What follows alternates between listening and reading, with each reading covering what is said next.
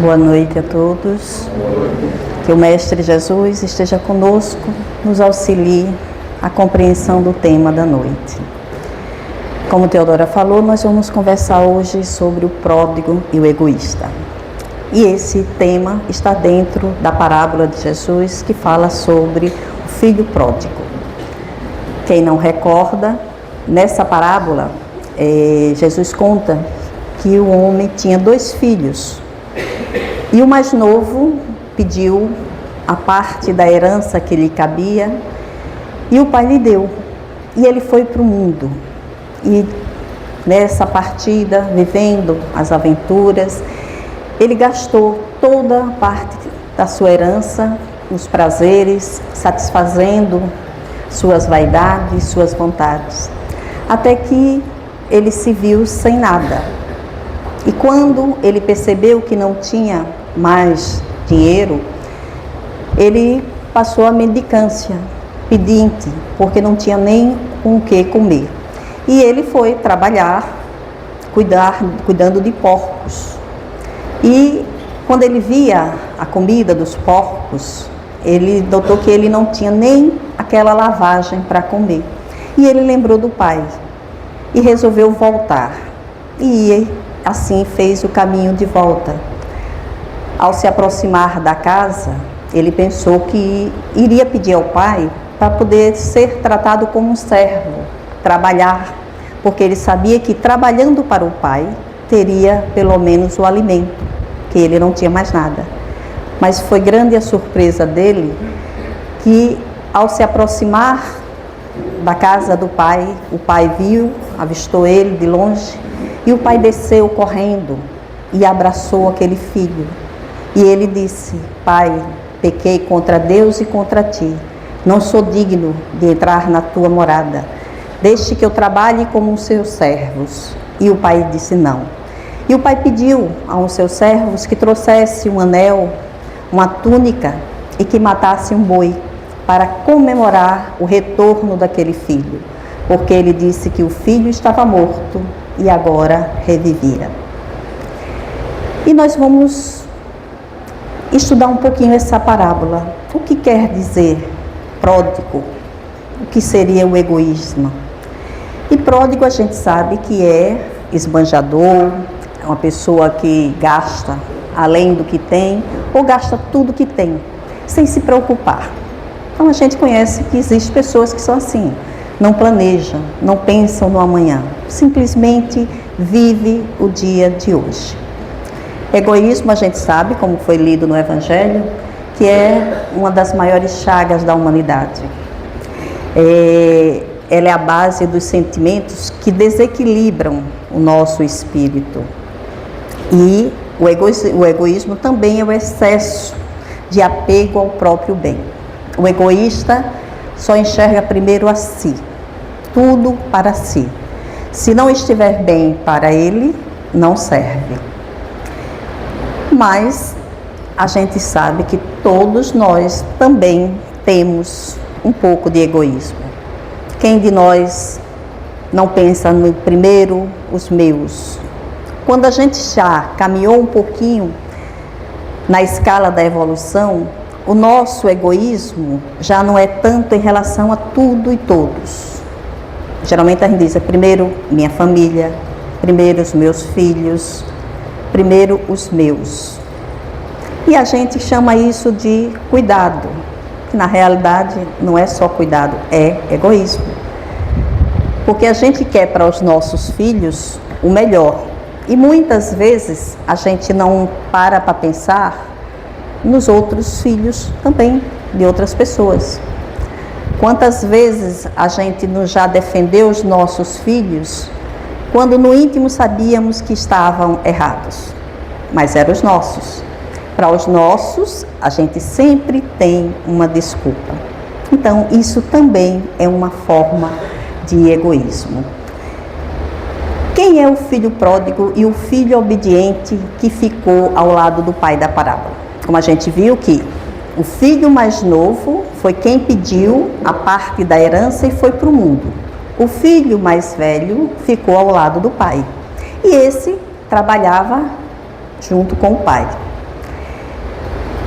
E a espiritualidade explica que esses dois filhos, o pródigo e o egoísta, o obediente, são a humanidade em dois estágios. O filho pródigo somos nós quando reencarnamos. Se a gente analisar direitinho, a gente recebe uma fortuna, a parte da nossa fortuna, que são os talentos que Deus nos dá para que a gente, durante aquela reencarnação, consiga cumprir com todos os objetivos que a gente se propôs antes de reencarnar. Então a gente recebe um corpo, a gente recebe inteligência, recebe talentos, a depender de qual vai ser a nossa missão enquanto reencarnado, e a gente recebe tudo isso que Jesus chamava de parte da fortuna que lhe cabe. E o que é que a maioria de nós faz? Chega aqui e esbanja todos esses talentos. Alguns que têm inteligência, muitas vezes não usa para o bem do próximo, às vezes não usa nem sequer para o seu próprio bem, porque se autodestrói utilizando a sua inteligência, às vezes a sua riqueza, a sua beleza. Quantas pessoas a gente vê entrar num processo de fixação de ficar mais belo do que o que já é? Se a gente notar direitinho, aqueles que recebem a beleza, eles têm uma fixação, um medo de perder essa beleza, que termina se submetendo às vezes a tratamentos, cirurgias, a procedimentos que arriscam a sua vida, que traz no futuro às vezes problemas de saúde. Então isso é uma forma de esbanjar o que recebeu. Quantos usaram a sua inteligência para criar coisas que destroem os seus irmãos em humanidade? A gente vê, por exemplo, a indústria alimentícia. A ganância do lucro fez com que eles criassem alimentos que a gente sabe que faz mais mal do que bem. A gente sabe que embutidos, enlatados, esses alimentos cheios de conservantes e produtos químicos, eles trazem problemas de saúde. Se a gente analisar essa geração de 50 anos para cá e a geração de 50 anos, a de 100 anos, né, que nasceram há 100 anos atrás, a gente vê a diferença na saúde, num período que não tínhamos cuidado, não tínhamos tanto médico, hospital, esses cuidados que a gente tem hoje.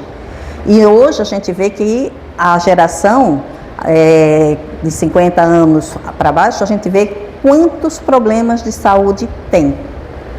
Tem alguma explicação. Então, todos nós, quando reencarnamos, recebemos a nossa parte da herança. E será que a gente está utilizando de forma correta? A gente está concluindo ou executando os projetos que a gente se comprometeu quando reencarnou? E quem é o filho obediente que ficou ao lado do pai? Somos nós, quando não estamos reencarnados. Nós estamos no plano espiritual. Então, a gente não está de posse de parte da herança que a gente iria utilizar aqui. A depender do estágio evolutivo, estar trabalhando ou estar expiando, porque a gente sabe que também no plano espiritual a gente também passa por processos expiatórios. E por que o pai fez festa ao filho pródigo? Porque aquele filho pródigo, depois dele ter recebido a herança, ele perdeu tudo nos prazeres mundanos. Mas o pai, quando viu, ele fez uma grande festa. E a gente sabe que o pai é Deus, né? E o pai, ele não quer a morte do pecador. Ele quer que ele se converta e abandone o mau caminho. Ou seja, que ele viva. Então, quando a gente lê os livros espíritas, na própria Bíblia, no Evangelho, a gente vê que eles comentam que cada vez que um espírito se regenera, que se transforma, que se modifica e abandona o mau caminho, o céu entra em festas. Então, Deus não queria a morte do pecador, ao contrário de nós. Porque quando a gente vê um malfeitor fazendo coisas horrorosas, a gente diz logo o quê? Ele podia ter morrido. Ou quando morre um inocente, o que é que a gente diz? Se fosse um mau, não morria? E a gente vê que nós ainda somos egoístas. Porque a gente queria o quê? Limpar o mundo dessas pessoas que a gente considera ruins e maus. E a gente esquece que nós também já fomos assim. Se hoje nós já temos um pouquinho de consciência, um pouquinho de evolução, não é para que a gente aponte o dedo e julgue aquele que erra, aquele que ainda faz atrocidades. Está certo que a gente se choca, isso é natural. No momento, às vezes, do choque, a gente até deseja, né? Poxa, matou tantos inocentes, não podia ele ter ido primeiro antes de fazer isso? Mas Deus não, porque Deus é Pai. Quantos de nós, se tem um filho que está indo pelo caminho errado, quando ele dá sinais de mudança, a gente fica feliz, a gente apoia, abraça, porque a gente não quer a destruição do nosso filho, do que é nosso, dos nossos. A gente quer que ele se modifique, se transforme. Geralmente, as mães é que trabalham muito nesse processo, de querer que os filhos se modifiquem. Mas, quando é o filho dos outros, a gente já pensa diferente, né? Ah, ele é mau, ele é isso, é aquilo. Então, como Deus não quer a morte do filho ingrato, mas quer que ele se modifique, quando isso acontece, ele faz festa, ele fica feliz, porque é um espírito que começa o seu processo de regeneração. E esse filho da parábola, a gente vê que ele foi ao fundo do poço, ele provou o fel da dor e do sofrimento. E quando estava nessa situação, qual foi a lembrança dele? Do pai. Ele lembrou que tinha um pai. E quando é que a gente mais clama por Deus? Na hora da dor e do sofrimento. Quando a gente está num momento bom, feliz, raramente a gente lembra de Deus. Às vezes, faz uma prece de agradecimento por aquele momento e passa. Mas no momento da dor, do sofrimento, a gente dedica muito tempo se conectando com Deus. Porque a gente sabe que é lá que está a força que a gente precisa para passar por aquela situação e encontrar uma solução. Então, é Deus que a gente sabe que pode contar. E Jesus também disse, em uma de suas passagens, que nenhuma ovelha do rebanho dele se perderá. Ou seja, por pior que seja hoje o estado em que se encontrem alguns irmãos nossos, eles vão evoluir. E a gente sabe que a gente pode escolher se vamos evoluir pelo amor ou se vamos pela dor.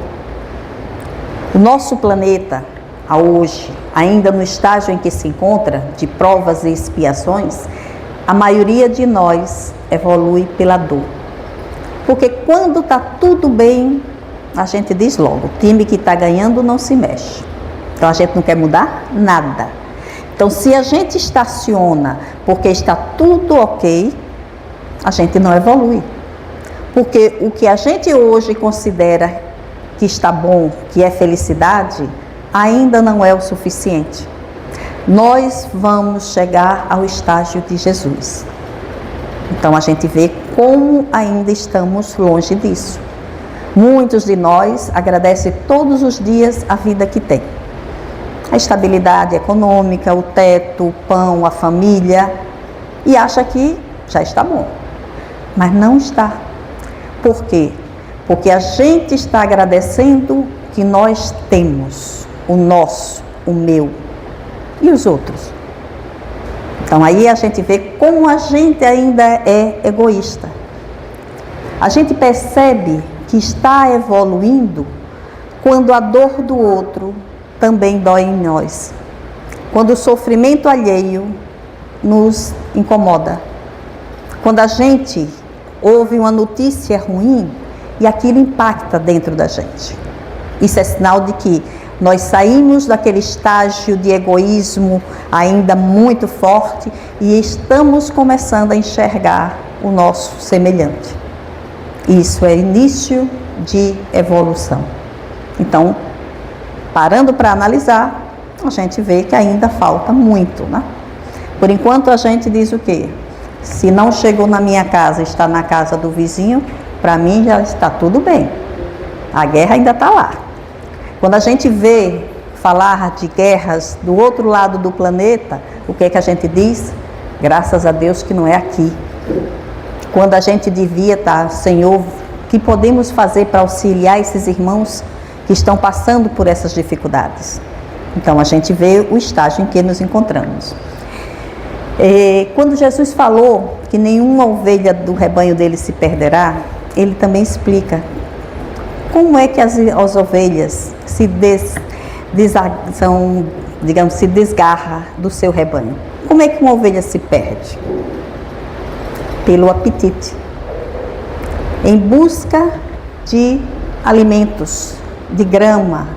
Então ela vai se afastando do rebanho até que ela não escuta mais o pastor e ela se perde. Bem assim somos nós.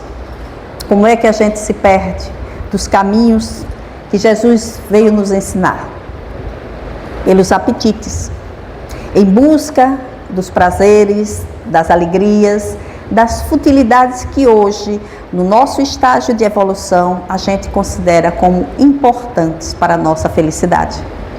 A gente se perde do caminho porque a gente quer ser feliz.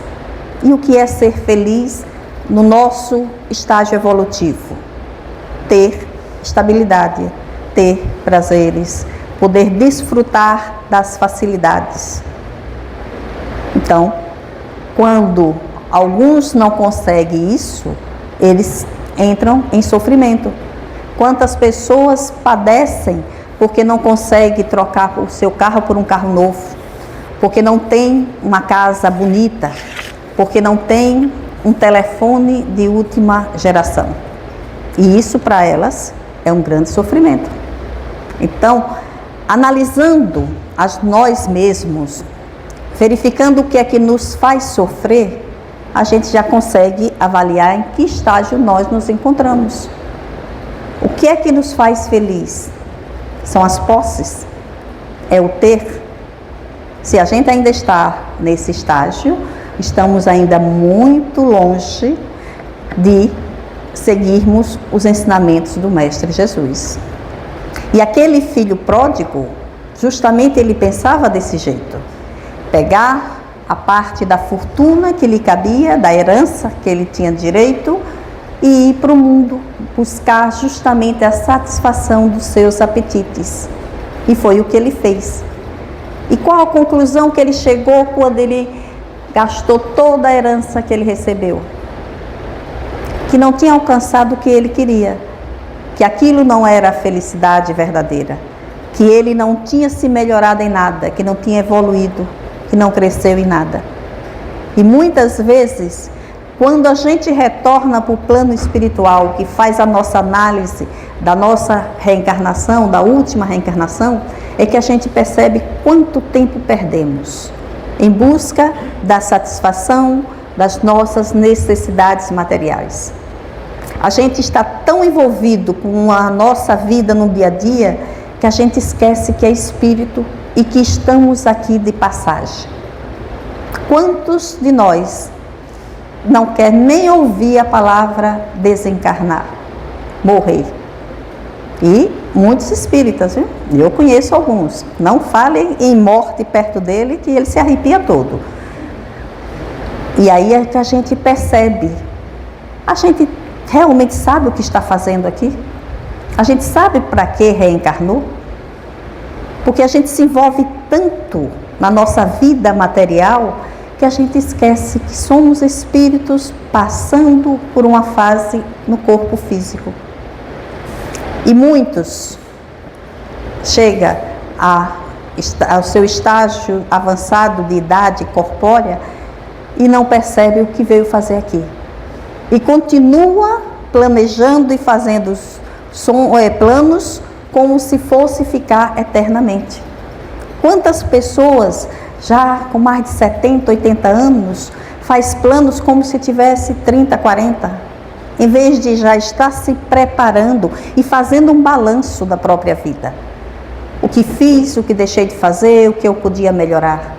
Quantos chegam à idade, à melhor idade, né? Que não sei por que chamam de melhor idade, né? Porque para mim devia ser a idade do condor, porque tudo começa a doer, né? Que é depois de 65, 70, é um horror.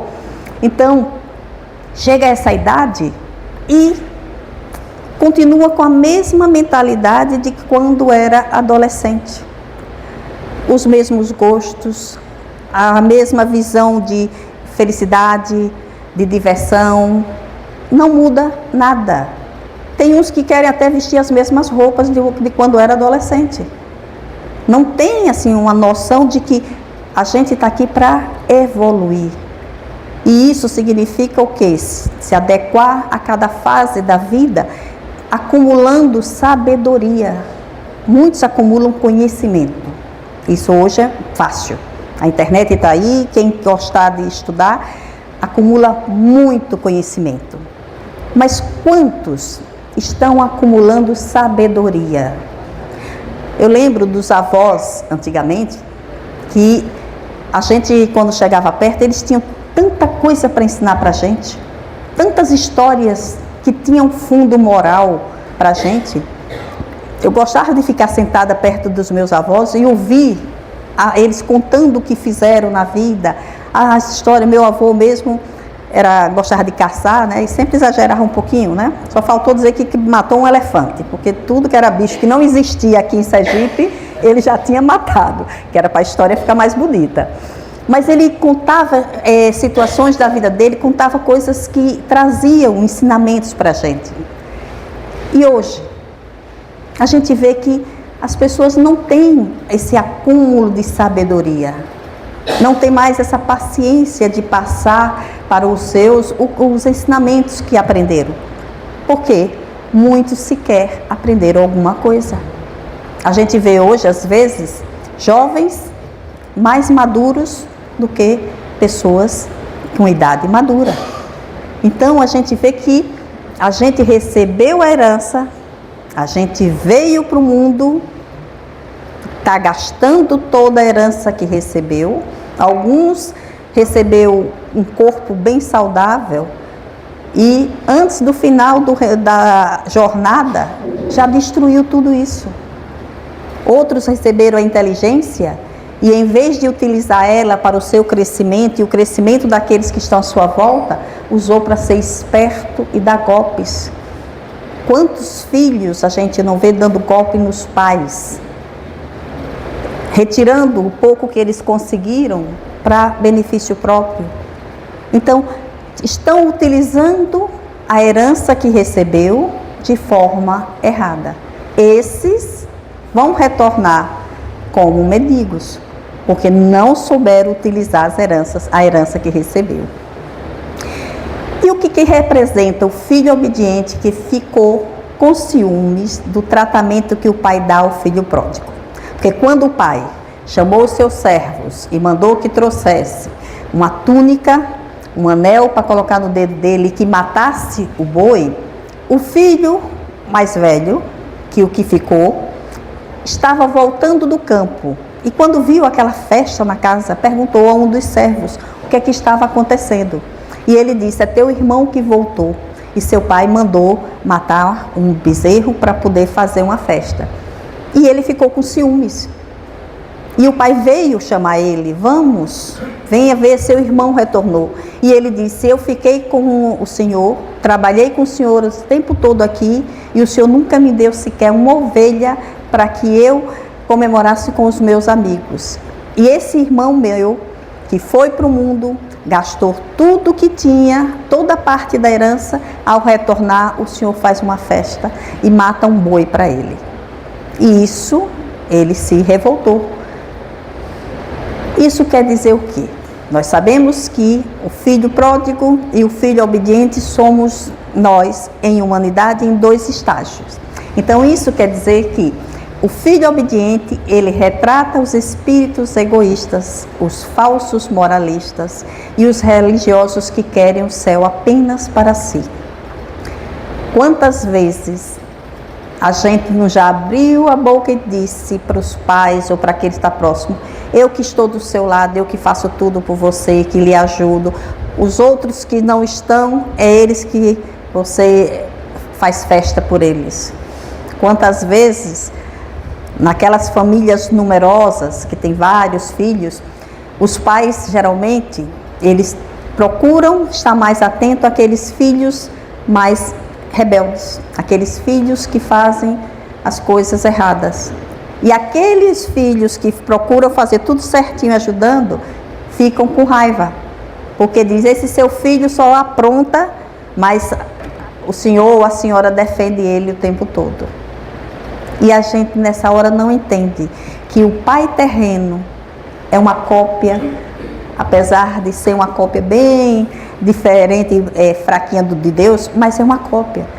Quando a gente recebe filhos para cuidar, para criar, para educar, a gente se compromete a cuidar dele, seja ele quem for, que ele tenha o comportamento que tiver.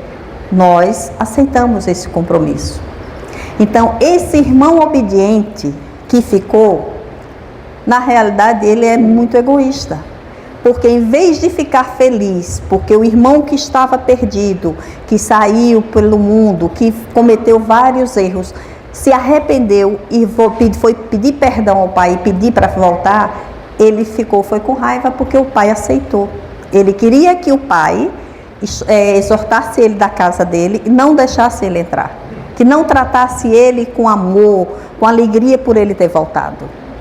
Então, esse filho, na realidade, ele não é só aquele filho obediente que ficou trabalhando. Ele é o filho egoísta, que se aproveitou que o irmão já tinha saído do lar paterno e se achou que era o único dono, que era ele o merecedor de tudo. Ou seja, somos nós também. Quantas vezes nós não fazemos a mesma coisa dentro dos nossos lares? Quando um irmão nosso faz algo errado e os pais vão lá ajudar mais uma vez. Quantos irmãos a gente não tem, ou parente ou conhecido, que sempre está perdendo o que tem, destruindo o que consegue, que não consegue se equilibrar, se estabilizar. E sempre tem alguém que está ali ajudando. Às vezes é um conhecido, e o que é que a gente faz? É por isso que ele faz errado, por isso que ele apronta, porque sempre tem alguém que vai ajudar ele, sempre tem alguém que paga as contas dele quando ele faz as coisas erradas. A gente está agindo como filho egoísta. Porque muitas vezes os pais fazem isso para que a situação não se agrave. Não é ser conivente com os erros, mas é entender que aquele espírito ainda é muito atrasado.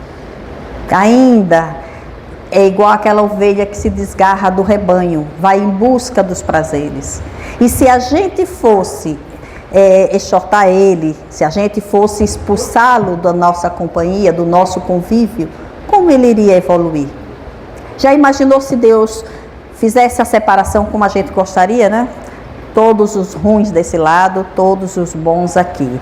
Neste local, reencarna todos aqueles brutos, aqueles que só fazem as coisas erradas. Porque a gente não diz, o semelhante se atrai, né? Então, bom, se não misturar, não vai estragar a vida dos outros. Mas e a evolução, como ficaria? Se colocasse todos os analfabetos num determinado local e todos os letrados noutros, como é que os analfabetos iriam aprender a ler?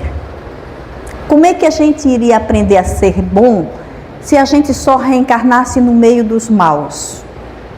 Não tem, porque nós somos espíritos que viemos simples e ignorantes. Nós não tínhamos o conhecimento, não tínhamos a maldade.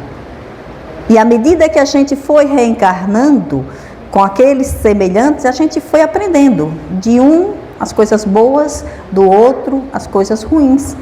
Mas a gente só vai se livrar das coisas ruins que ainda habitam em nós se a gente tiver quem nos auxilie, quem nos dê a mão.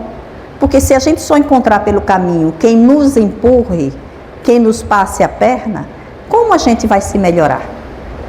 A gente vê, por exemplo, nos presídios. Qual o preso que sai melhor de um presídio do que quando entrou, quando é colocado no meio de bandidos de alta periculosidade? Não vai. Se não tiver um sistema que separe pelos crimes, pela reincidência, colocar separado, ele só sai pior. Ele entra no primário e sai com doutorado no crime. Então, por isso que Deus, às vezes, tem uma família bem estruturada, mas sempre tem uma ovelha negra no meio. Sempre tem um que dá trabalho. Quando tem só um, ainda é bom, né? Porque tem família que é o contrário, né? Quase todos é ovelha negra, só tem um branquinho no meio, para poder suportar aquela carga, né? Para ser o exemplo.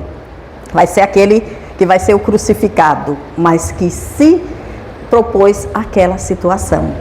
Então, esse filho obediente que se dizia puritano, que disse que nunca transgrediu a lei, que cumpriu todas as regras, que cumpria os mandamentos da casa do pai, ele tinha um defeito grande. Ele tinha um coração endurecido. Ele ainda era um espírito mesquinho, porque ele não se alegrava com a felicidade alheia.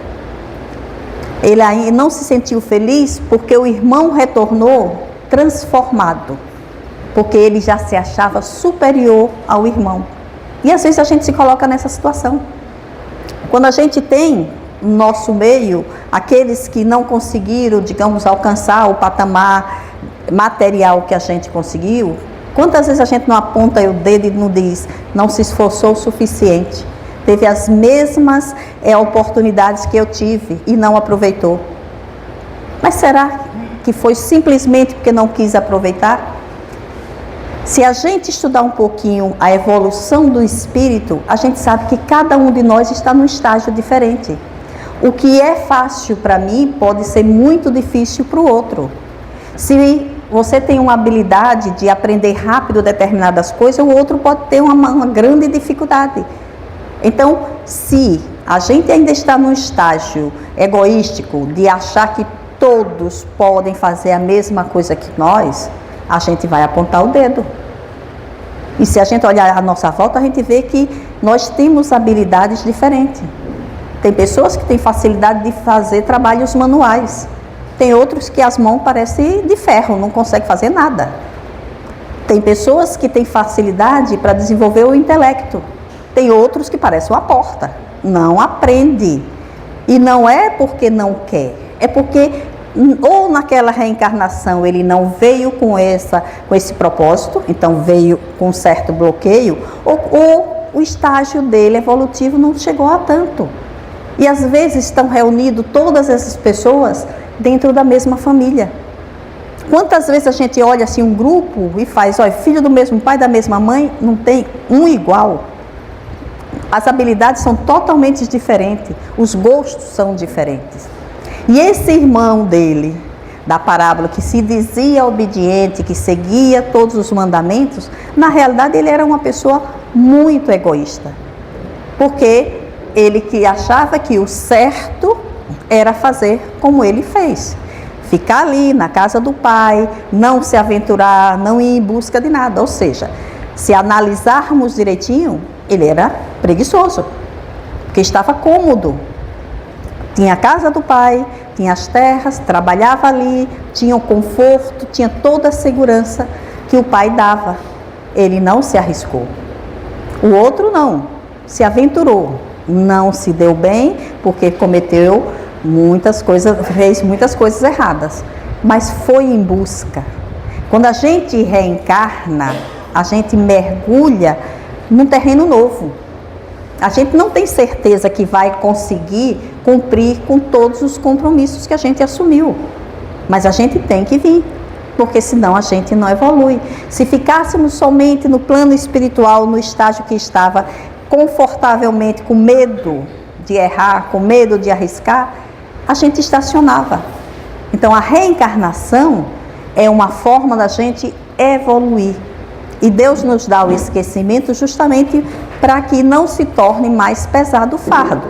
Porque a gente sabe que se lembrar de tudo que a gente já fez de errado, a gente ficaria paralisado. E se a gente lembrar que aquele que está ao nosso lado talvez tenha sido um grande inimigo nosso, a gente agiria de uma forma bem diferente. Então, esse filho pródigo, ele mergulhou no desconhecido, fez muita coisa errada, mas aprendeu, nadou, ele aprendeu.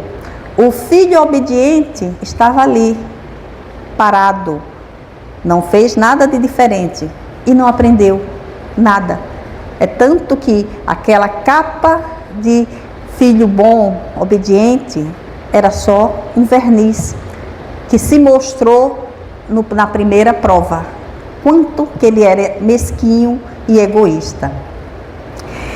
E nessa parábola também, o pai chama ele para entrar na casa, convida para que ele entre e venha celebrar também a transformação do irmão mais novo. E ele se recusa, ele não quis entrar na casa do pai, mesmo o pai insistindo. E por quê? Porque no seu inconsciente, no seu íntimo, ele também sabia que ele era indigno de entrar na casa do pai. O filho pródigo, ele, assim que avistou o pai, que o pai correu para ele, ele disse: eu não sou digno de entrar na sua casa, me coloque entre os seus servos. Ele reconheceu isso. E o filho obediente, quando o pai chamou, ele se redescobriu e viu quanta impureza ainda tinha dentro dele. E ele não entrou porque ele também se sentia indigno de estar na casa do pai. E aí, quem somos nós? O pródigo ou o egoísta? Em que estágio nós nos encontramos atualmente? Nós já temos uma certa vantagem. Nós conhecemos a doutrina espírita. Nós buscamos em aumentar o nosso conhecimento do que é a vida no plano espiritual. Mas aonde nós nos encontramos? Será que a gente ainda sente rancor quando somos atacados? Será que a gente sente mágoa quando ninguém reconhece os nossos atos? Será que a ingratidão daqueles que a gente acha que deveriam ser gratos a nós nos incomoda? Ainda nos incomoda? Será que a gente ainda necessita do reconhecimento do mundo pelas nossas ações? Se a gente ainda está nesse estágio, nós ainda somos os filhos egoístas. Porque a gente ainda quer que o mundo nos veja com a perfeição que a gente ainda não tem, que aplauda os nossos bons atos. A gente ainda precisa desse reconhecimento. A ingratidão daqueles que a gente ajuda ainda nos machuca, ou seja, a gente dá com a direita esperando receber com a esquerda. Muitas vezes a gente diz: eu faço de coração, não quero nada em troca. Quando aquela pessoa não é grata, não se reconhece o que a gente fez, a gente diz logo: é um ingrato, faço tanto e nunca reconheceu o meu auxílio. Então a gente ainda age movidos pelo egoísmo. A gente se afastou mais de Deus, a gente esqueceu as leis. Será que a gente ainda não tem a sensibilidade e a consciência? A gente ainda não conseguimos ser justos?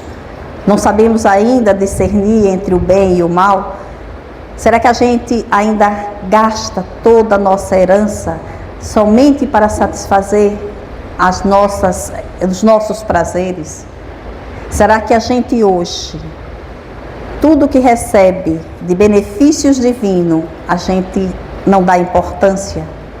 A gente não transforma em algo melhor para o nosso crescimento e o crescimento daqueles que nos cercam? que é que a gente tem feito com os conhecimentos adquiridos, com as habilidades que Deus nos deu? A gente está utilizando para alguma coisa útil? Se não, nós somos filhos pródigos. Então, se a gente mergulhar mesmo em nós, a gente vai ver que somos ainda os dois. Nós somos pródigos e nós somos egoístas. Ora, a gente age como filho pródigo, esbanjando a herança que recebemos, sem plantar nada que venha dar frutos. Ora, nós somos aquele egoísta que queremos que primeiro seja o nosso, depois o do outro. E o que é que seria necessário para que a gente conseguisse retornar à casa do Pai? Porque saímos simples e ignorantes. Nós vamos ter que voltar sábios e puros. São semelhantes e ao mesmo tempo diferentes.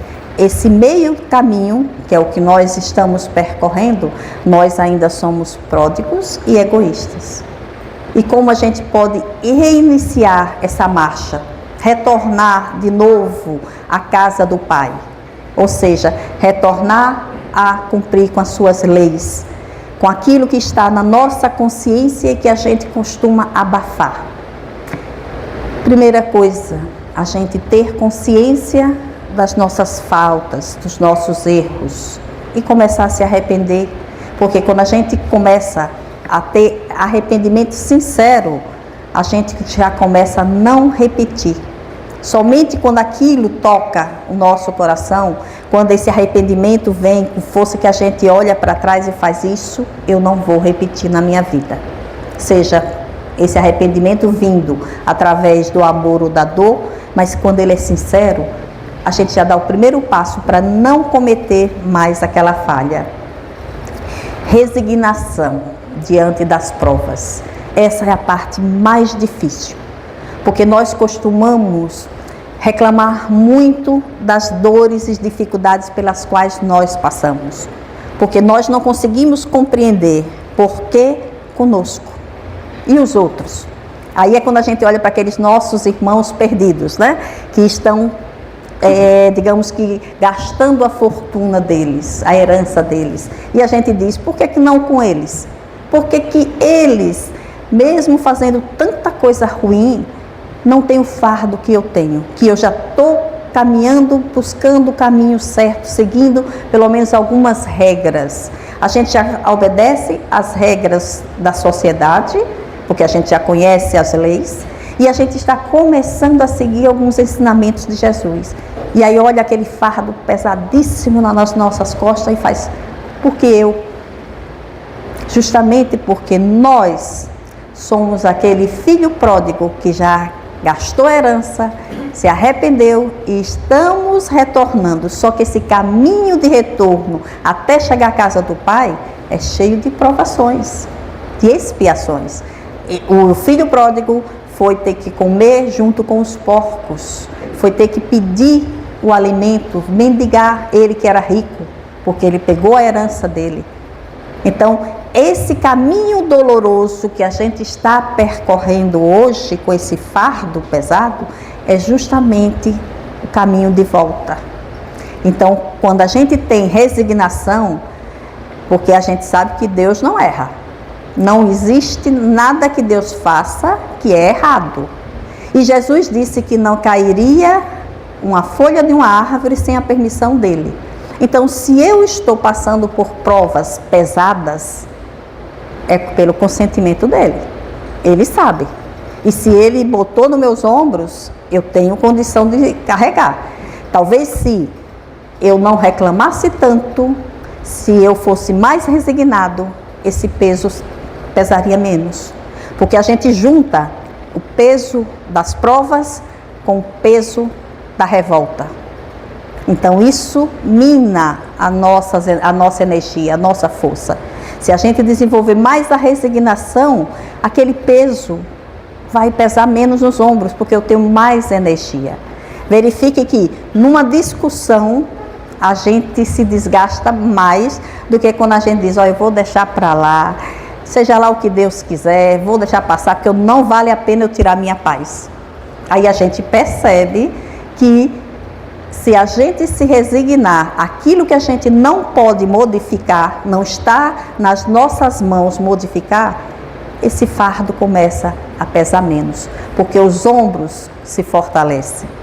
Outra coisa é desenvolver a humildade. Nós somos tão arrogantes. Quanto mais a gente cresce aos olhos do mundo material, às vezes mais longe a gente fica da humildade. Então, quando a gente começa a desenvolver a humildade dentro de nós, a não apontar o outro pelos erros dele, só porque nesta reencarnação a gente não cometeu as mesmas faltas, a gente está dando mais um passo para perto de Deus. Desenvolver a fé. Quantas vezes a gente jura que crê que Deus está certo, que Deus é bom, quando a dor está na casa do vizinho? Quando chega na nossa casa, cadê a fé? É só reclamação, porque agora, estava tudo bem. Quantas vezes a gente vê pessoas que trabalhou, chegou lá, se aposentou, quando se aposenta, aí vem as doenças, faz logo agora, que eu falei que ia gozar a minha vida, acontece tudo isso. Cadê a nossa fé? E acreditar que as coisas estão certas do jeito que estão. Se não fomos nós que provocamos aquela dor, aquele sofrimento, ela está certa. Desenvolver amor ao próximo e praticar a caridade. Como é difícil. A gente dá esmolas. A nossa caridade hoje ainda é assim. Eu vou dar a roupa que não cabe em mim, a roupa que eu não gostei, essa comida que não é muito boa, esses biscoitos que ninguém quer comer. Então a gente ainda está naquela fase de dar esmolas, porque a gente dá o que não nos serve. Raras são as vezes que a gente tira do nosso e divide com o outro. Então a gente ainda não está no estágio de praticar a caridade. A gente está no aprendizado. Eu vou doar o que me sobra, o que não me serve, o que está entulhando minha casa. Então a gente ainda está dando esmolas. E amor ao próximo? Ainda não chegamos nesse estágio. A gente tem às vezes simpatia, compaixão, mas amor, no sentido que Jesus falou, nós ainda não chegamos nesse estágio. A gente não chegou nesse estágio nem dentro dos nossos lares. Quantos irmãos se matam? Quantos filhos matam pai? Quantos pais matam os filhos ainda hoje? Tantos séculos de evolução, tantos séculos de conhecimento do Evangelho de Jesus. E a humanidade ainda faz tantas atrocidades. Então, meus irmãos, finalizando mais um ano, podemos fazer uma avaliação desse ano e verificar, do início até agora, eu modifiquei um pouquinho de mim mesmo? Porque nós devemos aprender a olhar não ao nosso semelhante. Muitas vezes a gente costuma dizer, o mundo não evoluiu, ainda existem muitas guerras, muitas maldades. Mas o mundo é composto de individualidades. E nós devemos cuidar primeiro de nós. Eu modifiquei. O que eu pensava em janeiro, continuo pensando hoje. As faltas que eu cometi no ano passado, eu cometi neste ano de novo.